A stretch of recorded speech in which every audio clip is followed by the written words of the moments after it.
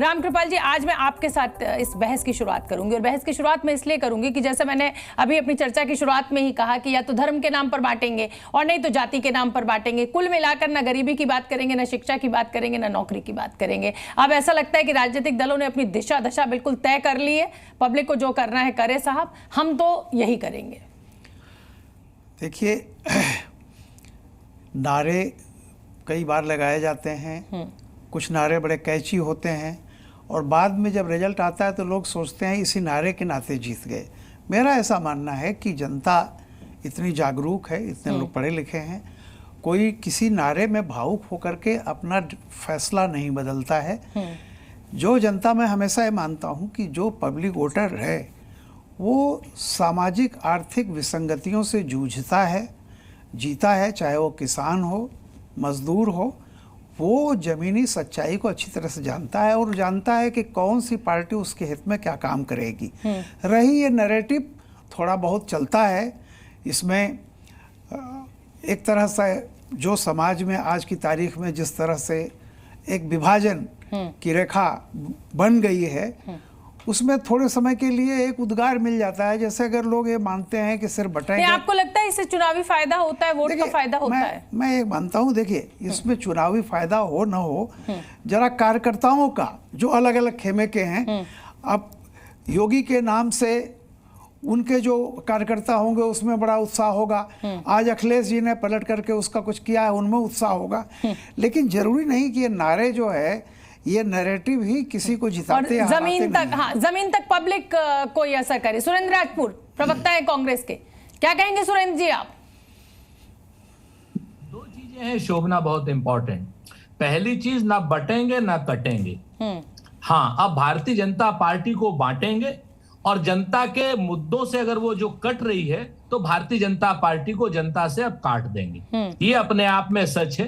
Bharatiya Janata party के लोग जिस तरीके से डिसाइसिव राजनीति करते हैं, बदले की राजनीति करते हैं, भारतीय जनता पार्टी के लोग जिस तरीके से सांप्रदायिक विभाजन की राजनीति करते हैं, तो बांटने और काटने का काम जो भारतीय जनता पार्टी ने किया है, कभी नल को, नील को, कोल को, भील को, अगड़े को, पिछड़े को, महिला को, पुरुष को आपस में जो बांटने का काम किया है, अब नहीं बंटने वाले। इसकी एक बानगी आपको लोकसभा के चुनाव में भी दिखाई दी। सुरेंद्र जी, आप बड़ी बात कह रहे हैं और अच्छी बात भी कह रहे हैं, मैं शुभकामनाएं भी आपको हैं, लेकिन अभी तक आप ये कहते आ रहे हैं, लगातार कांग्रेस ये कह रही है, तमाम विपक्षी दल कह रहे हैं कि साहब हम जनता से बांट देंगे बीजेपी को। अभी तो हरियाणा के नतीजे आए हैं, तो हरियाणा के नतीजों के साथ साथ शोभना जम्मू कश्मीर के भी तो नतीजे आए हैं ना।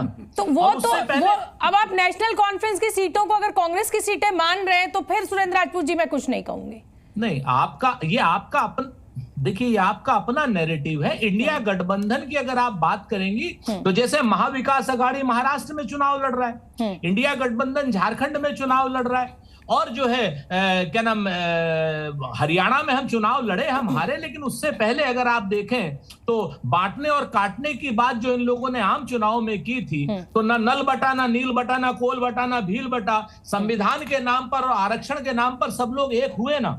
तो भारतीय जनता पार्टी 400 पार के नारा लगाने वाली 240 पे रही ना। तो खाली आप एक हरियाणा को लेकर के आप हमें हतोत्साहित क्यों करना चाहते हैं? नहीं, हम हतोत्साहित नहीं, बिल्कुल नहीं, बिल्कुल नहीं। सुरेंद्र राजपूत, देखिए, एक तो आप इतने बड़े प्रवक्ता हैं, आप हतोत्साहित, मेरे तो मतलब पहुंच के बहुत बाहर है, मैं आपको हतोत्साहित नहीं कर पाऊंगी। लेकिन क्योंकि एक पॉइंट तो मुझे देना जरूरी है, क्योंकि आप कह रहे हैं कि साहब हम बीजेपी को बांट देंगे, ना हम बटेंगे ना हम कटेंगे, और हम बीजेपी को जनता से बांट देंगे। तो उस पर मैंने आपको याद दिलाई कि ऐसा क्यों नहीं आप कर पा रहे, आप लगातार सिर्फ दावे ही कर रहे हैं। छोटा सा जवाब, फिर आरपी सिंह जी जवाब देंगे।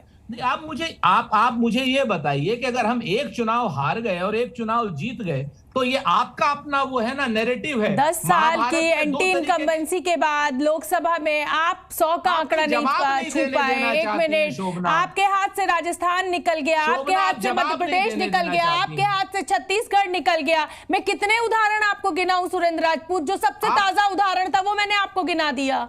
आप जवाब सुनना चाहती हैं? बिल्कुल तो सुनना चाहती हूं। देता हूं। एक बात तो अपने आप में सच है कि भारतीय जनता पार्टी आज की डेट में पिछले 10 सालों में जीत रही है। इसको लेकर के कौन सी आप बहुत बड़ा क्या नाम रॉकेट साइंस की बात कर रही हैं? लेकिन जहां 2024 के बाद उसके जीत पर एक ग्रहण लगा ना, 400 का नारा देने वाली भारतीय जनता पार्टी 240 पर आई ना, तो ये हमारे लिए उत्साह की बात थी।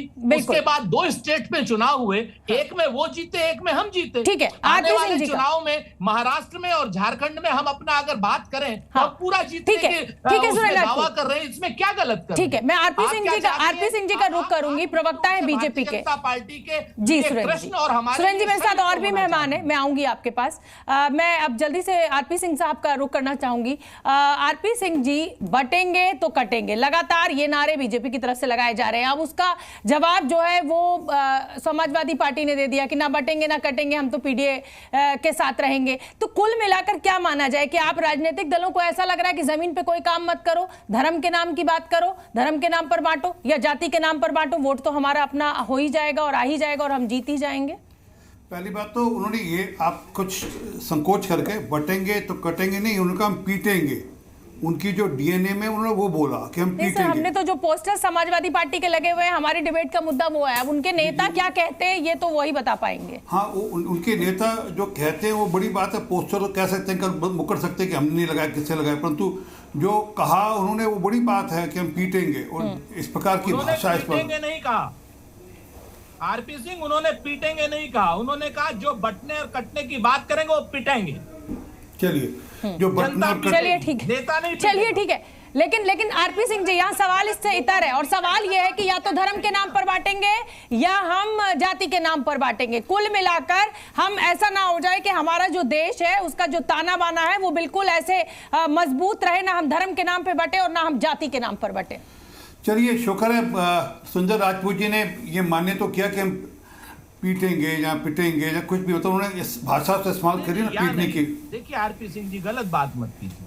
जो नारा लगा उन्होंने कहा ना बटेंगे ना कटेंगे, जो मुद्दों से भटकाने में आप नेताओं को जो महारत हासिल होती है उसमें कोई जवाब नहीं है। देखिए रामकृपाल जी भी वरिष्ठ पत्रकार हंसने लगे, मैं मुद्दा कुछ और उठा रही हूं और आप किसी और मुद्दे पे दोनों ही नेता उस डिबेट को लेकर जा रहे हैं।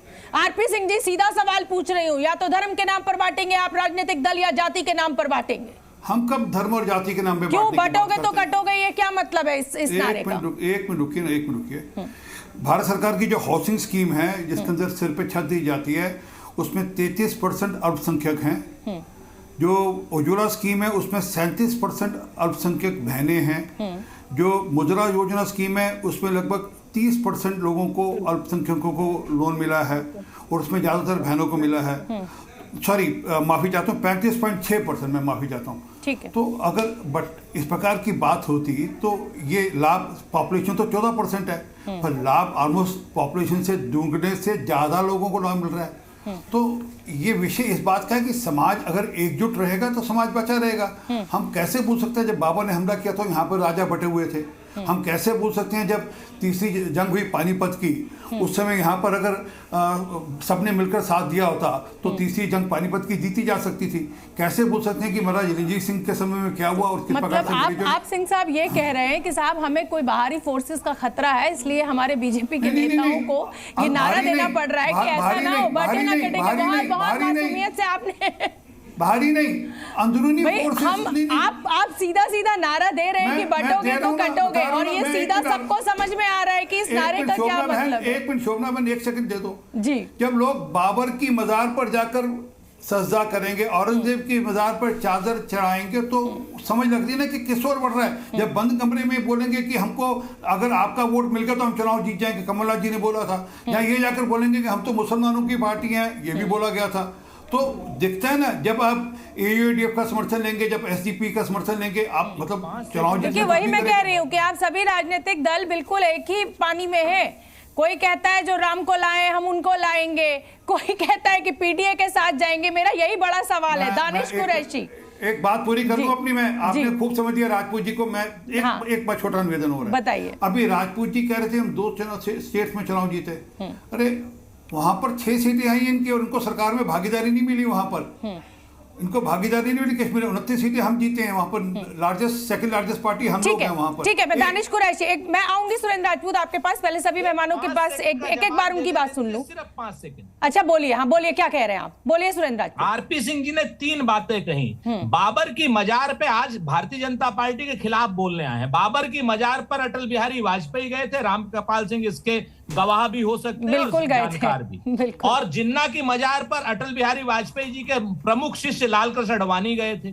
और तीसरी और महत्वपूर्ण बात जो है, क्या नाम, कि आप जो योजनाओं में बात कर रहे हैं, योजनाएं भारतीय जनता पार्टी की नहीं, देश के संविधान ने दी है। आपकी औकात अच्छा चलिए, सुनिए फिर, सुनिए, मेरा भी जवाब सुन लीजिएगा जरूर आप। देश के संसाधनों पर पहला अधिकार अगर है तो मुसलमानों का है, ये मनमोहन सिंह जी ने कहा था। की बात करिए, ये नहीं, मैं तो कह रहा हूँ ना, मनमोहन सिंह जी ने कहा था ना, देश। चलिए ठीक है। Zee